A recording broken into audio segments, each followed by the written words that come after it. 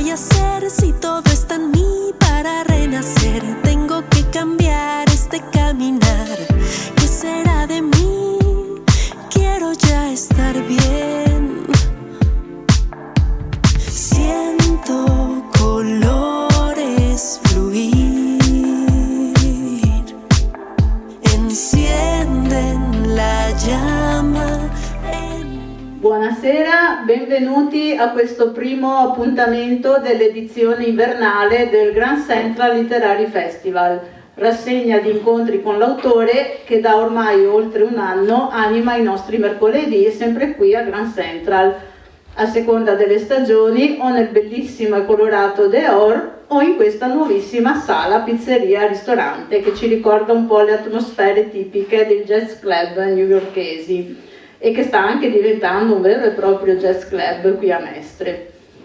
Questa sera daremo il via ad un ciclo di 12 incontri con l'autore, già fissati e calendarizzati, come potete vedere dalle locandine appese all'interno della sala, e daremo il via anche alla collaborazione con l'associazione Mestre Mia, che proprio da stasera sarà stabilmente presente con noi e manderà in diretta streaming tutti gli incontri in programma, andando così ad arricchire anche la proposta tematica per i quasi 14.000 iscritti al gruppo Facebook, credo uno dei gruppi più numerosi dove si parla e ci si confronta sulla nostra città e dal quale naturalmente invito tutti ad iscriversi.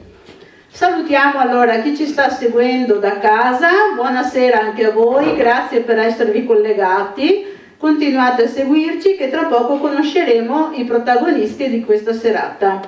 Prima di presentarveli però chiamerei qui sul palco con me Andrea Sperandio. Chi non conosce Andrea Sperandio a Mestre? Ciao Andrea. Ciao, grazie Silvia. Allora, appunto, sono Andrea Sperandio, intanto vi faccio i complimenti. Ho preso un libro in prestito, perché così almeno facciamo un po', mostriamo l'opera di Gianni Contarino.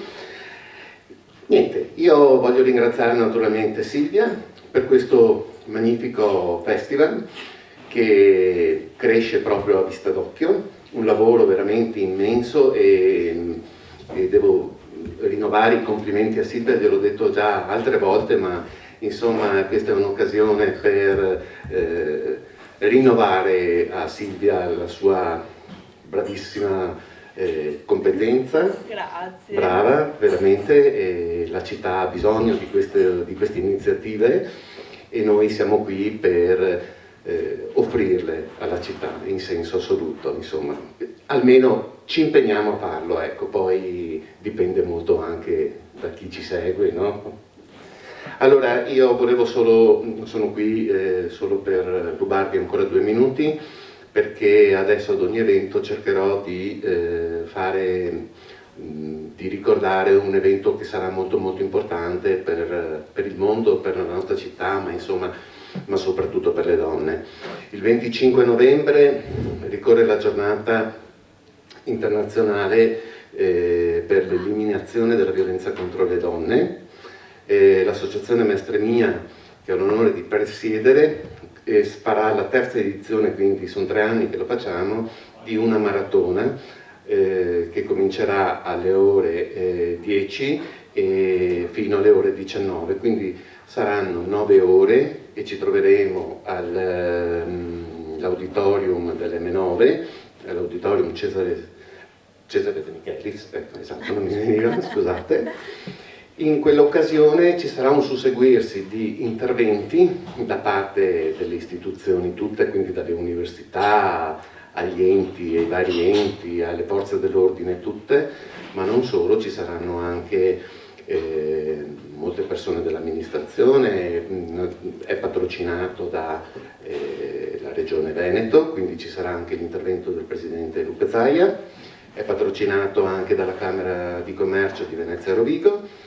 Ci saranno, appunto, come dicevo, moltissime associazioni, tutti potranno rilasciare un messaggio, un pensiero, quindi cercheremo di fare rete il più possibile, perché è una condizione che non possiamo più accettare, quella della violenza contro le donne, ma non solo violenza, diciamo, fisica, ma anche psicologica, quindi questo sia ben chiaro.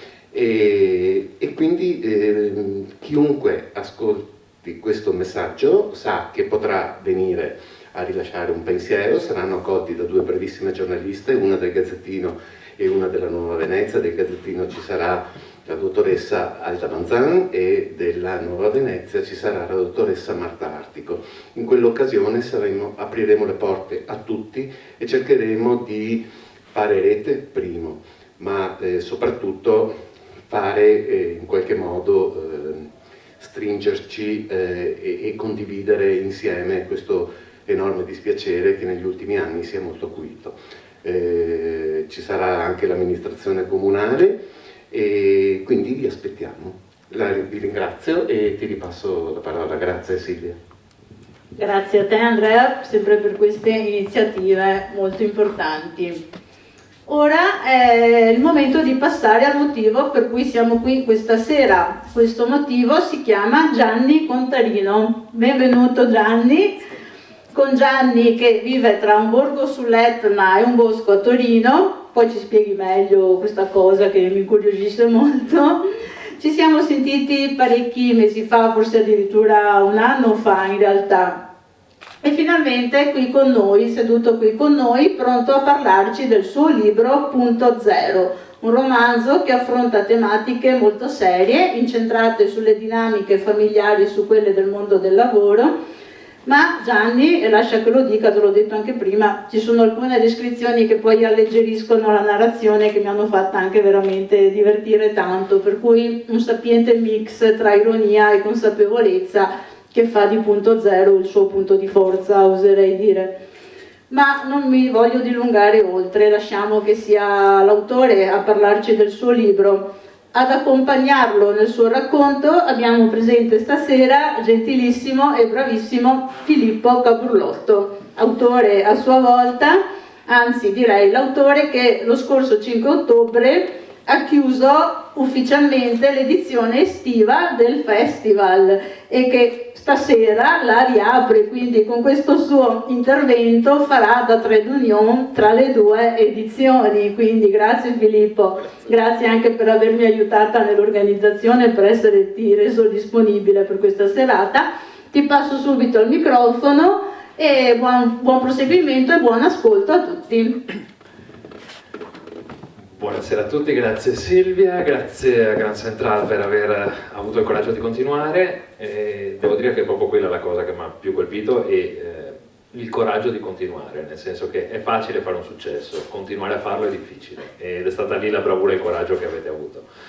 Ma passiamo subito a Gianni. Con Gianni ci siamo sentiti, abbiamo avuto modo di conoscerci telefonicamente. Ci sono parecchi interrogativi che mi sono sorti sia leggendo il romanzo sia parlando con lui, non ultimo questo siculo piemontese siculo, come la mettiamo in questi termini. Ma intanto chiederei anche per il pubblico se 10 parole, descrivimi il tuo romanzo. Buonasera, grazie innanzitutto a Silvia Scagnetto per l'organizzazione di questo festival e a Grand Central per darci questa piacevole ospitalità. Grazie a te anche per questa compagnia che mi fai in questa avventura. Punto zero in 10 parole. Punto zero, adesso non le conto, ma Punto Zero è un romanzo sul coraggio, diciamola così. Il coraggio non dei grandi eroi del cinema o della letteratura, ma è semplicemente il coraggio di uno di noi, di qualcuno di noi che vive in una certa maniera, vive in maniera, come dire, un po' insoddisfacente e si ritrova ad affrontare un'avventura che lo mette davanti a questa situazione. Questo credo che sia proprio il fulcro di questo romanzo. E leggendo la tua biografia mi è saltato all'occhio poeta, in primis, novelliere, e prima di entrare nell'opera, perché un romanzo? Cosa ti ha fatto scattare il romanzo? Allora, diciamo che la scrittura fa parte della mia vita da tanti anni, ormai li conto in decenni. Ho iniziato con le poesie e con i racconti, E fu un'esperienza bella e anche, devo dire, complessa, perché come tu saprai anche scrivere un racconto non è banale, nel senso che richiede una capacità di sintesi, no? Di mettere tutto dentro una scatolina molto piccola. Quindi dopo tanti anni a fare questo duro lavoro di sintesi ho detto beh, proviamo adesso a fare qualcosa di diverso, che non è che sia più rilassante, perché affronti altri problemi, però sicuramente ti dà più spazio per, diciamo, dire le cose con maggiore respiro e quindi per poter anche approfondire delle cose che in un racconto non potresti fare se non con delle parole chiave, eccetera, eccetera. Quindi l'idea di un romanzo era importante perché questa storia che volevo raccontare facevo fatica a raccontarla come un racconto, aveva bisogno di un'ambientazione che richiedeva più dettagli, insomma, in questo senso. E a proposito di ambientazione, Sicilia, tu, nato a Siracusa, abiti nel Piemonte, comunque zona Torino, da quel che ho potuto evincere. Riprendo la domanda di Silvia a questo punto. Siciliano, trapiantato, piemontese ormai, ti senti piemontese? La Sicilia è lo sfondo, ma non solo, la Sicilia permea per tanti aspetti il romanzo, anche a livello linguistico, non soltanto nel discorso diretto, ma anche ci sono degli intarsi linguistici che emergono all'interno del tuo tessuto prosastico. Quindi Sicilia che, per l'appunto, ribadisco, permea in toto l'opera. Tu come ti rapporti col tuo essere siciliana e con questa Sicilia che descrivi?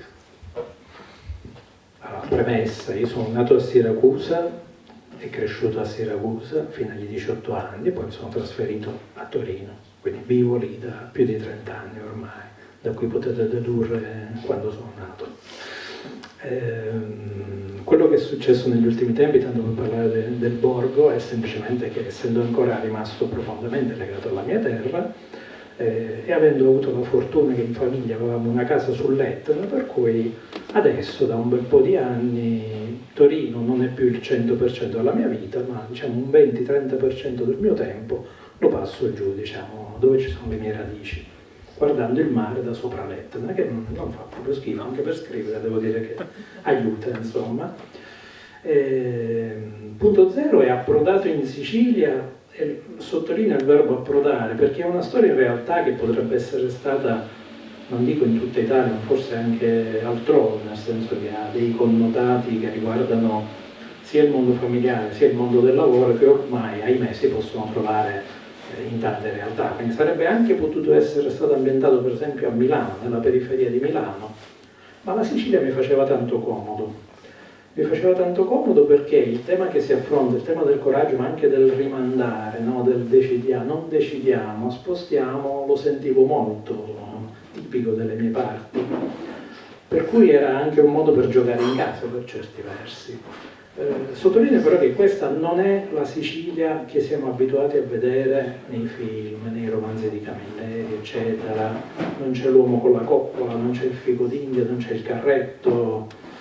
C'è la Sicilia, quella della vita di tutti i giorni, quella di tante persone che io conosco, c'è la tangenziale di Catania, c'è l'asfalto, il cemento, i comprensori industriali, le aziende siciliane. Quindi è una vista, diciamo, molto attuale, scevra proprio da tutti gli stereotipi. C'è solo qualche arancino che passa, ma dentro un catering aziendale, quindi alla fine... Si è calato 3 arancini. Esatto, si è calato 3 arancini, però è lì, cioè fa parte di tutt'altro, non è scenografia.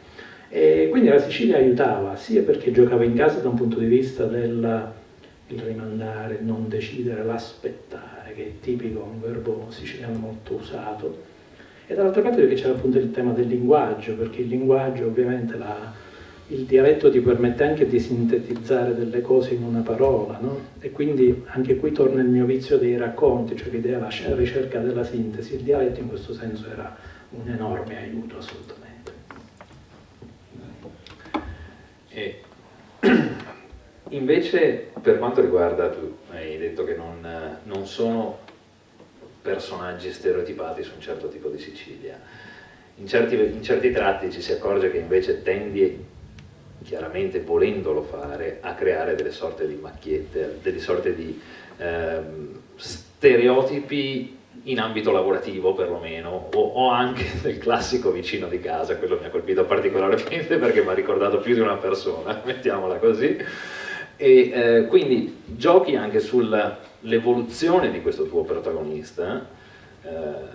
Scatterebbe automatica la domanda di quanto ti ci rivedi, di quanto c'è di te in questo protagonista, ma questa me la tengo per dopo, casomai. Quindi crei questa discrasia tra personaggi che sono sostanzialmente statici, non si evolvono, rimangono dietro uno stereotipo e basati su uno stereotipo. Al contrario, abbiamo un personaggio che nel bene e nel male tende a cambiare. Questo ti ha aiutato anche a creare lo sviluppo di questo plot, cioè l'evoluzione stessa del personaggio, o è stata una cosa che è nata mentre lo scrivevi? O nasceva già da un'idea di sviluppo del personaggio in questa direzione? Beh, diciamo che insieme al tema della sicilianità c'era anche proprio il tema dell'immobilismo. E allora mi piaceva proprio l'idea che un essere, una persona che vive in quell'ambiente e che all'interno di quell'ambiente è abbastanza una persona che profondamente, ma come una realtà aumentata, cioè uno che quei certi difetti ce li ha ancora più amplificati, il tema di non decidere, eccetera. Allora è interessante proprio vedere come all'interno di un ambiente in cui lui vive, sia lavorativo che aziendale, lui invece subisce necessariamente, sottolineo subisce perché non è lui, diciamo, quello che vuole cambiare, ma gli eventi lo portano proprio a cambiare, quindi è una specie di, come un'accelerazione in mezzo a un mare che sta fermo, no? Come una piccola onda che si muove rispetto al resto che sta fermo, quindi diciamo una persona che non avrebbe fatto nulla se non gli fosse successo quello che gli succede, ma che a quel punto, come dire, si distacca dagli altri. Gli altri sono tutti uguali a se stessi, più o meno, sì, qualcuno fa delle scelte, poi non le vedremo, insomma, che lui subisce, ovviamente non possiamo fare spoiler, però lui è l'unico che da questa vicenda esce fuori in maniera diversa, diciamo. E a questo punto mi rigioco l'altra, cioè quanto mentre scrivevi ti sei rivisto in questo personaggio? Cioè il lettore percepisce il fatto che il personaggio ti stia chiaramente simpatico, anche perché sebbene tu lo costringi a questa sorta di continuo contrappasso, cioè ogni volta che succede qualcosa di positivo gli succede subito una sfiga clamorosa dopo, perché oggettivamente c'è quasi un rimbalzo tra fortuna e sfiga ad un certo punto che riguarda un po' per tutto il romanzo, direi. Però si percepisce che tu, in qualità di autore, hai un occhio di riguardo per questo personaggio, sei riuscito, c'è qualcosa di te, c'è qualcosa della tua esperienza, c'è qualcosa del tuo vissuto, c'è qualcosa, ci vedi un qualcosa in questo personaggio?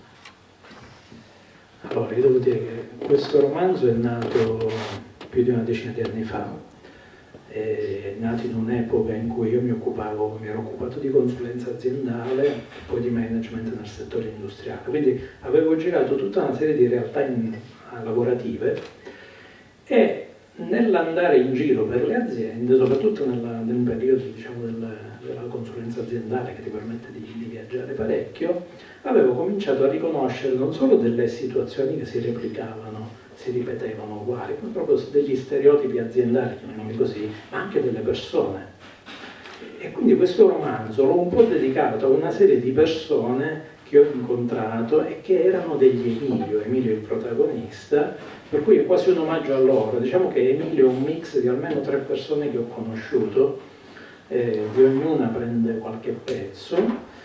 Poi però, siccome volevo che la storia venisse vissuta dalle persone in maniera, diciamo, non dico immedesimarsi, ma insomma da ritrovarsi in certi echi che magari avranno sentito nel loro mondo lavorativo, ho deciso di raccontarlo in prima persona e con il mio sguardo, quindi quello di chi certe cose le ha viste. Per cui parlavamo prima con Silvia a proposito del fatto di alcuni eventi che ci sono all'interno del romanzo, veramente di inventato veramente, c'è qualcosina, c'è un personaggio, ma il resto sono molte situazioni che ovviamente caricaturate, eccetera, però ci ho dovuto inventare poco. A volte il grottesco e il comico sono venuti così, sono affiorati, io li ho solo registrati, digeriti e poi portati qui dentro, insomma. Quindi sì, c'è la mia esperienza lavorativa. Onestamente non credo di somigliare al personaggio, però il personaggio somiglia a delle persone che ho conosciuto sicuramente. come la parata di insetti, visto che è questo il parallelo, te l'avranno fatta 100 miliardi di volte questa domanda nelle presentazioni di prima, le persone che ti stanno guardando ora non ti hanno visto 100 miliardi di volte, quindi te la faccio ulteriormente questa domanda. Questa parata di insetti ai quali vengono paragonati alcuni dei principali e dei più importanti, anche se vogliamo, personaggi, tra l'altro spesso e volentieri sono quelli più connotati negativamente, ad eccezione fatta, come abbiamo già avuto modo di discutere telefonicamente tra l'altro, della segretaria che me la trasforma in un insetto, ma non mi spiego del tutto perché.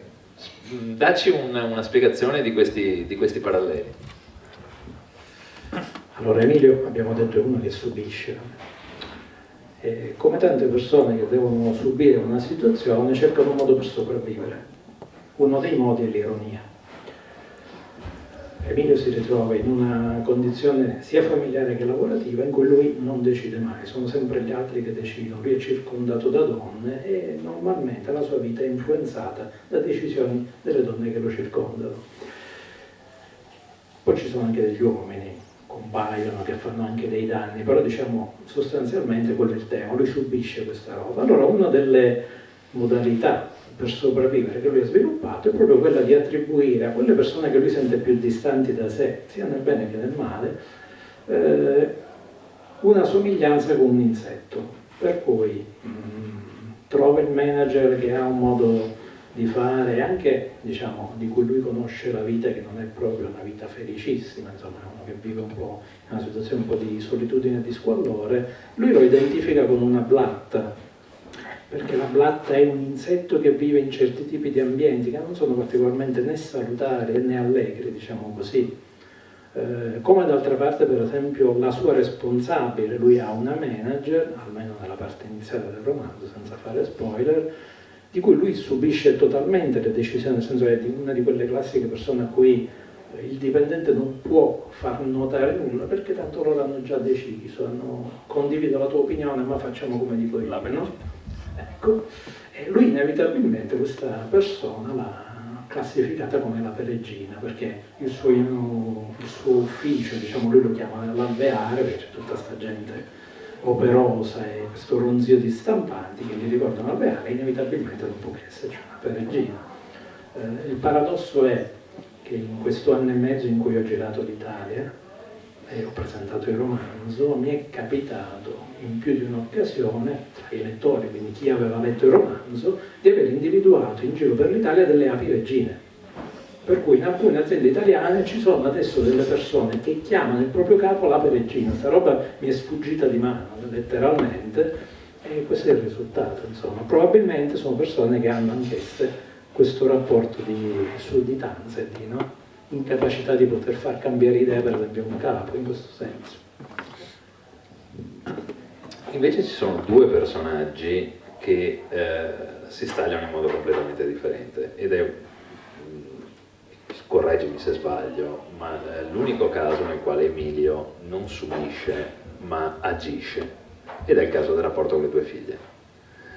È stata la parte più, tra virgolette, toccante per molti aspetti di tutto il romanzo. Quello però è il momento nel quale c'è un cambio di marcia nel tuo protagonista. Il tuo protagonista inizia ad agire, a voler agire.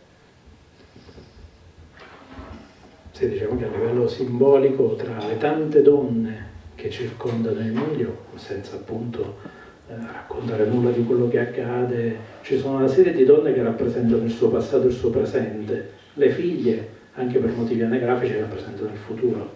Forse non solo il proprio futuro, ma anche il futuro di Emilio. Ecco perché lì lui capisce che sì, bello posporre le decisioni, bello rimandare, aspettare che siano gli altri a prendersi responsabilità, ma davanti a quelle due figlie, davanti a quello che gli accade, è come il gatto che quando scappa a un certo punto non può più scappare, si gira e tira fuori gli artigli, a quel punto deve prendere in mano la situazione. Quindi assolutamente le figlie sono anche un po' un motore, no? del cambiamento che succederà a lui. Direi che le figlie sono un po' il motore di tutta la seconda parte del romanzo circa. Se vogliamo vedere una prima e una seconda parte nel romanzo stesso, c'è un cambio di marcia, c'è un momento nel quale lui addirittura sembra, il nostro diventare il nostro protagonista impavido che vuole sfidare il sistema e con una sorta di approccio degno di Magnum PI o quasi, svelare chissà quali nozioni. Lì scatta l'ironia, lì scatta il sarcasmo e ci leggiamo una tradizione di ironia, di sarcasmo che fa parte di un po' tutta la storia letteraria e cinematografica italiana, anche perché letteraria ce n'è ben poca di ironia e sarcasmo, ma cinematografica lì si risente molto. Ci sono alcune parti che sono prettamente cinematografiche di questo romanzo.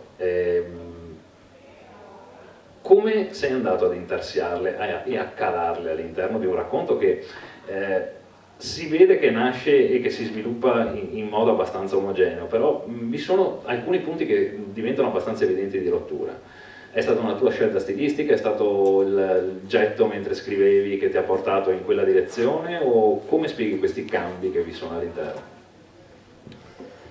Ti direi che ci sono due grandi pilastri di questo che hai notato, e mi fa piacere che tu l'abbia notato questo aspetto del romanzo, perché era un tentativo anche di scrivere in un modo un po' diverso, almeno dalle cose che mi è capitato di leggere nella mia vita. I due pilastri sono uno, la considerazione che noi ormai veniamo da 100 anni di cinema, cioè la nostra testa, soprattutto negli ultimi 15 anni, 20 anni, da quando c'è internet, la nostra testa è bombardata da immagini. Abbiamo miliardi di immagini precostituite nella nostra mente, a cui facilmente riconduciamo le cose, per cui oggi scrivere qualcosa che somigliasse a qualcosa che si scriveva nell'Ottocento, per esempio, con le mega descrizioni, il vestito di Anna Karenina, no, quelle cose, 7-10 pagine che parlano del vagone del treno, eccetera, eccetera, no, obiettivamente non avevano senso per quanto mi riguarda. Per cui ho molto utilizzato il taglio televisivo cinematografico, quindi con immagini, e filtrando tanto proprio il tema delle descrizioni, cioè arrivare alla sintesi, figlia probabilmente anche del fatto che io scrivo anche racconti, quindi c'è dentro quella logica un po' di Carver del cercare la parola che da sola ti permette di risparmiare al lettore 2 pagine di descrizioni che onestamente ormai non ci servono più, perché ti bastano veramente 3 parole e subito il cinema ti ha già dato un'immagine che ti ricorda quella roba lì. E poi secondo me c'è anche un altro pilastro che è legato proprio al tema di come noi oggi leggiamo, cioè non solo l'aspetto delle immagini che abbiamo dentro, ma proprio l'idea che siamo abituati anche sia nella letteratura sia anche nel mondo cinematografico ai flashback oppure semplicemente ai cambi completi di scena, cioè c'è stata l'idea di avere quasi una telecamera che continuamente andava di qua e di là, prendeva qualcosa e poi andava subito da un'altra parte, si spostava. Quello è stato un po' uno dei pilastri, diciamo. Questo ricorre anche in certi passaggi sintattici dove vai sostanzialmente a forzare la classica sintassi italiana, trovando delle soluzioni più veloci, delle soluzioni più plastiche rispetto alle descrizioni che stai facendo. Quindi in questo quanto la tua esperienza di poeta è rientrato? Poeta nel senso di estrema sintesi, poesia nel senso di musicalità, poesia nel senso di ultima analisi per arrivare ad una descrizione di un certo tipo, più ancora di quella del novelliere. Questa domanda mi porta a svelare, ma credo che si fosse già capito, il mio affetto per la Sicilia, perché io vengo da una terra, nonostante io vivo ormai da 30 anni fuori dalla Sicilia, il mio accento parla chiaro, io sono legatissimo alla nostra cadenza, al nostro linguaggio, alle tante varianti del dialetto siciliano che si possono trovare spostandosi da un punto all'altro della Sicilia, quindi la musica ci doveva stare in qualche maniera. Ed è strettamente legata al tema che dicevo della sintesi, quindi cercare le parole giuste che fossero ricche di significato per rappresentare in poche lettere qualcosa che il lettore immediatamente visualizzasse. E dall'altro poi c'era l'affetto per la mia terra, per cui il fatto di far parlare i personaggi con la loro cantilena, con il loro modo di strascinare le parole, ogni tanto lo strascico proprio della parola, della frase che però serve a dire qualcosa, no? Forse in questo senso Emilio è quello, tra virgolette, che si tiene un po', però quando poi vedi il suo vicino, quello che a te è piaciuto particolarmente, vedi che lì c'è proprio, lo vedi, di quei personaggi lì, quello che sta seduto sul balcone nel basso, che sta lì e guarda tutti e fa il social network d'antanto, esatto. Lui è quello che vede tutto e lo racconta a tutti, quindi se passi da casa sua tu sai tutto quello che succede nel quartiere, e lì ci vuole, perché un personaggio così non è che si mette lì a raccontarti le cose per mezz'ora, ti dice 3 parole, tu già hai capito cosa sta succedendo nel terzo piano della casa vicina, eccetera, eccetera. Quindi la ricerca è stata poesia da una parte, perché appunto c'è il tema della sintesi insieme alla musica siciliana, però anche la voglia proprio di sintesi in generale, insomma, legata al tema dei racconti. Sì, il personaggio del quale parlavi fondamentalmente ti potrebbe chiedere i diritti d'autore a Google. Ho presente come funziona la cosa, infatti è uno di quelli che mi ha colpito maggiormente. Vuoi che proviamo a sentire se qualcuno ha delle domande da fare prima che vada avanti io? Avete delle curiosità? Qualcosa? Volete qualche specifica? Se posso? Prego. Una curiosità sul fatto che sia arrivato qui a Venezia a presentarlo, perché certamente non è facile andare in giro dove magari non si è ancora molto conosciuti. È la solita domanda, tra virgolette, chiedo per un amico. Beh, diciamo che questo anno e mezzo mi ha visto passare veramente da tante regioni italiane. Ancora dal Veneto non ero passato, almeno non per motivi letterari, io sono legato al Veneto per motivi familiari, mio fratello vive in Veneto, a Caorle, quindi più tardi andò a trovarlo. Ed era la prima volta che venivo in Veneto, ma in realtà, ripeto, siccome questo romanzo non ha una collocazione, cioè la Sicilia è solo uno strumento, non è il tipico romanzo localizzato per cui lo presenti solo nella regione in cui è ambientato, perché lì hai un pubblico che potrebbe essere interessato. Io ho avuto la fortuna, e adesso posso dirlo dopo 1 anno e mezzo che giro per l'Italia, che in quella parte d'Italia che diciamo è girata più di metà, in cui sono andato, ha riscontrato interesse, per cui il Veneto non c'era nessun motivo per non andare in Veneto, insomma, il tema è stato quello, cioè Lombardia, Emilia Romagna, Sicilia, Piemonte, Liguria, Toscana, ho detto boh, andiamo in Veneto anche, perché no? Qualche altra domanda? Altrimenti ho io una curiosità da chiederti su una scena in particolare. Allora, intanto che qualcuno pensa ad altre domande, io intanto te ne faccio una. Come nasce la scena della zia? Il vezzo della zia di lanciare fuori dalla finestra e lascio a te spiegare il resto. Allora, prima vi dicevo che non ho dovuto inventare nulla. Ecco, in realtà vi ho mentito, nel senso che una cosa l'ho inventata ed è proprio questo personaggio, zia Rosetta, la sorella della mamma del protagonista, persona che, allora qui devo attingere alla tradizione greca, io vengo da Siracusa, il padre del teatro greco, nel teatro greco c'era quello che poi i romani chiamarono il deus ex machina, il motore immobile che risolve le cose, che senza muoversi però fa girare le cose. Beh, zia Rosetta è su una sedia a rotelle, l'immobilità.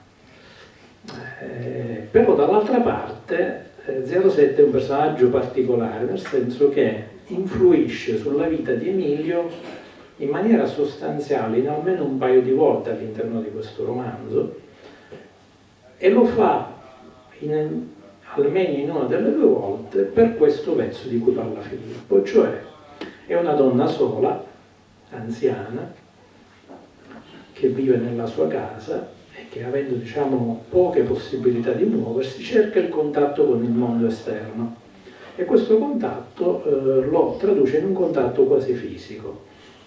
Ama scrivere degli aforismi e vuole trasmetterli al mondo, quindi a tutti quelli che passano sotto casa sua a Catania.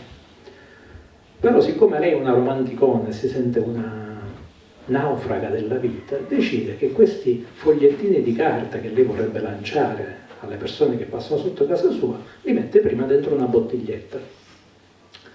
capite bene che l'effetto del contatto fisico è raddoppiato, con tutte le conseguenze mediche del caso. Però d'altra parte è proprio questo che permette ad Emilio di attraversare una fase della sua vita. Non dirò cosa, però questa cosa è nata in maniera così, spontanea. Zia Rosetta voleva per forza entrare in questo romanzo e voleva entrarci in quella maniera quasi violenta, diciamo così, e non ne ho potuto fare a meno. Era un personaggio che c'era nella mia testa e che con Emilio si sposava bene. Ho detto, boh, deve stare qui, su quel balcone di Catania e vediamo cosa succede. Era il 7° personaggio in cerca d'autore. Qualcuno vuole domandare qualcosa? Altrimenti avrei un'altra domanda anche da porti. Questi spaccati di Catania, a un certo punto hai delle descrizioni che sembrano staccarsi dal resto del libro. Sono più tradizionali come descrizioni, sono meno fotografiche e più empatiche, oserei dire. Lì è venuto fuori il tuo amore per la città. Sì, in realtà sono state molto strumentali, hanno un grande valore simbolico, perché come vi dicevo all'inizio, qui si parla di una Sicilia asfalto, cemento, eccetera, che rappresenta bene la condizione del protagonista. Ho voluto introdurre quei due elementi che poi fanno parte anche di due momenti un po' topici della sua vicenda, perché lì c'era il bello. Contrariamente alla tristezza e allo squallore del mondo in cui lui vive, soprattutto quello lavorativo, l'asfalto, la tangenziale di Catania, che chi è stato a Catania in quella zona, arrivando all'aeroporto di Catania, si piomba in una zona che è abbastanza triste, a mio parere. Io ci passo spesso da lì ed obiettivamente è un luogo che avevo bisogno di approfondire quando ho scritto. Invece a un certo punto, proprio in quei momenti in cui succedono delle cose importanti per lui, ho deciso no, lì deve esserci il bello, per cui c'è questa scena in cui lui dà la tangenziale, prende la macchina e va proprio nel centro di Catania, dove c'è il Duomo, dove c'è l'elefante, dove vanno tutti i turisti, perché lì lui ha bisogno di cercare quello che non ha avuto mai il coraggio di trovare dentro se stesso. Poi c'è anche l'Etna, però su quello non ne parliamo, se no poi facciamo spoiler. Quella però era l'altro setting che mi incuriosiva, nel senso che lì la bellezza diventa quasi berchiana, diventa una bellezza che è talmente bella che atterrisce. E te li sei portati a casa fondamentalmente a quel punto però. D'altra parte l'Etna fa parte di quello che dicevo sui siciliani, no? Cioè, per chi vive ai piedi dell'Etna il tema del fatalismo è fondamentale, dell'aspettare quello che succede, perché tanto quando sull'Etna succede qualcosa tipo un'eruzione, tu non puoi fare nulla. Quindi come aspetti che arriva l'eruzione prima o poi, aspetti che finisca. E quello è quello che puoi fare. Per cui lì ci stava dentro il personaggio, Emilio è per forza un uomo dell'Etna, cioè uno che ha sempre vissuto nell'attesa che le cose accadessero, per cui anche in quel caso un po' l'Etna ha deciso per lui, se la guardiamo in maniera un po' simbolica. Qualche quesito, qualche domanda? Un appendice a quello che ho appena sì. detto. Una piccola appendice, un aneddoto vero questo. Una volta da Torino, quando ero studente, torno in Sicilia, vado a trovare mia nonna, che era il 1992, c'era l'eruzione dell'Etna, fu un'eruzione importante che coinvolse un paese che si chiama Zafferana Etnea, e io dissi a mia nonna, sai che c'è l'eruzione? E lei la prima cosa che disse, ma l'hanno fatta la processione? Ecco, questa è proprio la sintesi. La classica domanda, per chiudere. E ora? Cosa stai lavorando? Allora, adesso si scrive, anzi, diciamo che siamo al buon punto e si spera tra un po' di far nascere una nuova creatura che parla di altro. Romanzo o cosa? Un altro romanzo che parla sembra ambientato in Sicilia ma che se ne va da un'altra parte, non c'è la 07, non ci sono libelluli, non ci sono insetti. Si torna al campo degli umani, decisamente. Però più di tanto non vi voglio dire perché ancora per scaramanzia la teniamo lì. Se non ci sono domande, io vedo Silvia in agguato. eccola qui. Grazie, ho una curiosità, non è proprio una domanda. Leggendo il tuo libro a me ha ricordato molto Nudi e crudi di Alan Bennett, non so se tu lo conosci. Ecco. Capolavoro assoluto, Nudi e crudi, anche per la capacità di sintesi nella descrizione tipica di Bennett, tra l'altro, che per certi versi richiama.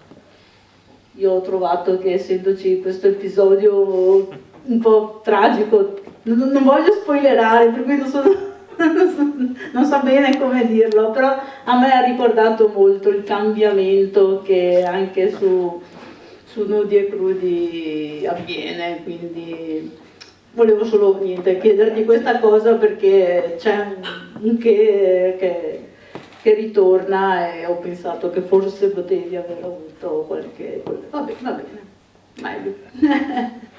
Allora, vi ringrazio per essere stati con noi questa sera, vi do appuntamento a mercoledì prossimo, mercoledì 23, andremo a conoscere Diego Ziglio e con il suo romanzo L'inganno, l'instabile equilibrio delle cose. Presenterà l'incontro il giornalista Alberto Laggia, per cui vi aspetto mercoledì sempre qui al Grand Central e sempre qui in diretta tramite il gruppo di Mestre Mia, che ringrazio nuovamente per collaborare con me a questa edizione del festival. Arrivederci e grazie a tutti.